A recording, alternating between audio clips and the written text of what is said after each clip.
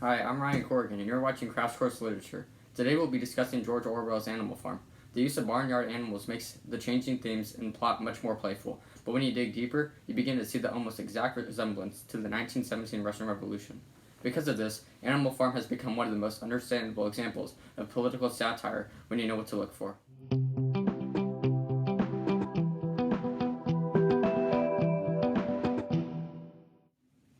George Orwell published Animal Farm in 1945, and trust me, it took a lot to get to that point in his life. Born Eric Arthur Blair on June 25, 1903, he grew up in Motihari, India, as during that time it was a colony of Britain. His British father was a minor member of the Imperial Indian Police, and his French mother was the daughter of a poor merchant. Orwell's family lived a lower middle class lifestyle in which his parents were constantly trying to be just like the upper to high classes. This trend continued when they moved to England in 1911 when Orwell was 8 years old. Upon arriving, Orwell was sent to the St. Cyprian's prep school. While there, Orwell began to hate the expensive and snobby lifestyle they provided. And in Orwell's autobiography, Such Were the Joys, he described the other students as the children of rich parents, but on the whole, they were unaristocratic rich, the sort of people who live in huge shrubbery houses in Bournemouth or Richmond, who have cars and butlers, but not country estates. As a child, Orwell had none of this, which made it hard for him to find friends. But from his stay at St. Cyprian's, he was able to prove his academic abilities, which helped him get into some of the top schools in England as a college student. He was offered scholarships to both Wellington and Eton, but ultimately he chose to attend Eton from 1917 to 1921 after a spot became available. While in college, he began to write short stories and publish them in periodicals, which set him down the eventual path of becoming an author. After leaving Eton in 1922, Orwell moved to Burma and became an assistant district superintendent for the Indian Imperial Police, just like his father was. While in Burma, Orwell began to notice how harsh the Burmese people were being treated, which led to his development of anti-imperialist beliefs.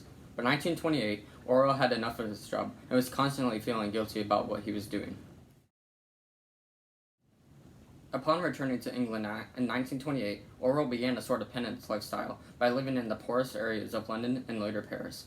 By living in these conditions, he was exposing himself to how bad society can be, and he could also later use these experiences in his writing. In 1936, Orwell ventured to Barcelona in order to help the growing anti-communist militia during the Spanish Civil War. During the war, Orwell's throat was badly injured, causing him to have trouble speaking later in life. From fighting in the Spanish Civil War, Orwell's hatred for communism was furthered, as he would carry that with him for the rest of his life. As the anti-communist effort began to fall apart, Orwell moved back to England in 1937. During this period, Orwell had trouble finding publishers for his stories, as most people did not agree with his political points. When World War II came around, Orwell was rejected to fight in the war. Instead, he bounced around multiple news and radio companies, in which he developed many connections and friends. But even with these connections, when Orwell tried to publish Animal Farm in the 1940s, he was denied because they said the book attacked the Soviets, who happened to be one of England's allies during the war. Finally, Orwell got it published in 1945, and it fit right into the changing literary scene of post-war England. Following the publication of Animal Farm, Orwell had limited success as he continued to write stories and essays. His most iconic novel, 1984, was published in 1949 as his health continued to deteriorate. The lung problems that had plagued him for the majority of his life finally resulted in tuberculosis, which caused Orwell to be bedridden for a majority of his late life. Orwell passed away on January 21, 1950, after battling tuberculosis. George Orwell is the perfect example of an author being ahead of their time. Everything we've come to associate with dystopian or allegory novels has been improved upon by Orwell, yet during his lifetime, he never really got the credit he deserved. He was able to revive allegories in a new way, as they had been popular during the Middle Ages, with books like John Bunyan's The Pilgrim's Progress, which was written in 1678. He helped change allegories to focus more on political and societal problems versus the past religious ones. More recent allegories like Jan Martel's Beatrice and Virgil or Suzanne Collins's Hunger Games series have picked up where Orwell left off and may possibly create different types of allegories in the future. Okay, so in order to talk about Animal Farm, we need to introduce some of the main characters. So there's Major, who is an old pig that starts the idea of the rebellion, but then he'll eventually die. Then there's also just the pigs in general on the farm, and they become like the government or like the thinkers of Animal Farm, like the intellectuals. And then Napoleon, he's another one of the pigs. He kind of becomes the main dictator of Animal Farm. Snowball is another pig, and he's eventually kicked off Animal Farm by Napoleon for allegedly like being a bad guy for the farm and just not really helping out. And then Squealer is another pig who is the public relations guy for the pigs and is kind of form of propaganda on the farm. And then Boxer is one of the horses on the farm, and he's kind of like the hardworking person, the guy who's helping build the windmill. So the story starts off with an old guy who preaches about a new idea or way to look at life. That old guy then dies, and his followers take those ideas and run with them. This leads to a violent rebellion where the past leader is kicked out. And with the past leader gone, they can begin to use these new ideas. But because these new ideas have never been used before, many problems come up, such as who should the leader be? There's a race between two people, one who is a good public speaker, and the other who really just knows how to get things done. They're constantly contradicting each other, which causes the one to get things done to win by kicking the other one out. This allows for the start of the unlimited power / dictatorship system. With this power, they begin to hold show trials and execute anyone that is against the ruling power. As time passes, the system becomes more corrupt and more deceitful, and it seems like the rebellion was meaningless to the average citizen as they've reverted back to the original corrupt ways. Okay, now that I have a basic summary of what occurred, let's look at it in two different lenses. On one hand, you have George Orwell's Animal Farm.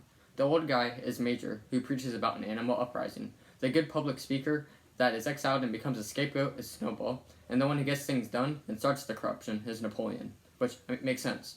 But on the other hand, the story follows the same path as the 1917 Russian Revolution. The old guy is a mix of Karl Marx and Vladimir Lenin, preaching about socialism and communism. The good public speaker that is exiled and used as a scapegoat is Leon Trotsky, and the one who gets things done and starts the corruption is Joseph Stalin. Okay, so some of the themes throughout Animal Farm, one of the big ones is corruption, and as George Orwell would say, absolute power corrupts absolutely. So the pigs, they begin to take what they want, and they can't really can't be stopped because they're seen as the farm's saviors. They've got them to this point. And when they can't be stopped, they begin to do whatever they want. They begin to break the commandments by living in the farmhouse or sleeping in the beds or drinking alcohol. There's a lot of events throughout the book where they are able to abuse their power, which leads on to another theme, which is power of the illiterate. So the pigs abuse their power because the rest of the animals can't prove them wrong. One, because they're the government and you can't really, in their society, you can't talk against them. Also, they begin to, like I said, abuse the commandments and find loopholes throughout them and change it. And when people can't read the commandments, they can't say that this is what it was before or this is what it is now because they just can't read it. And the pigs are able to easily control the illiterate animals because they're going to mindlessly do what they're told because they're seen as these saviors on the farm. And deception is one of the other big themes because the pigs can easily lie and deceive everyone because nobody can stop them. Squealer also plays an important role in this because they mentioned earlier in the story that he could take any lie and make it a truth, which is really important for them. Also, a lie is something that contradicts the pig's agenda, but a truth is something that supports it, which is kind of what Squealer is doing, because he's become to be known as this trustworthy source of the news, when half the time he's just lying or telling half lies. And then Squealer makes up for the fault of Napoleon, because Napoleon's not really a social animal, but Squealer is, so this is how they can both work together. From these connections, it makes Animal Farm much more than your average allegory. Oftentimes, allegories take place in faraway places or are removed from everyday society. This can be seen in William Golding's Lord of the Flies, as the ideas of science, religion, and order are displayed through young boys on a faraway island. Lord of the Flies does a great job with talking about these societal problems, but it discusses more on how they interact. Animal Farm's use as an allegory becomes much cheaper because it is set in the English farmland, a place where many of Orwell's audience has been to or at least knows about. The English farmland is a sort of typical home base that everyone could relate to. By setting it in England, Orwell is able to show that ideas like communism are much closer than you may think. When prior to World War II, people saw communism as this faraway thing in the Soviet Union, but with the Cold War starting, it could begin to spread throughout the world. While Animal Farm is more so satirizing communism, it can also be seen as a warning that if you don't pay attention, your life can be manipulated right before your eyes. I know some of you are probably thinking, How can someone be so stupid that they wouldn't notice simple changes? But I'm curious, did you notice the subtle changes that have occurred throughout this video? I hope you enjoyed this video, and as always, thanks for watching.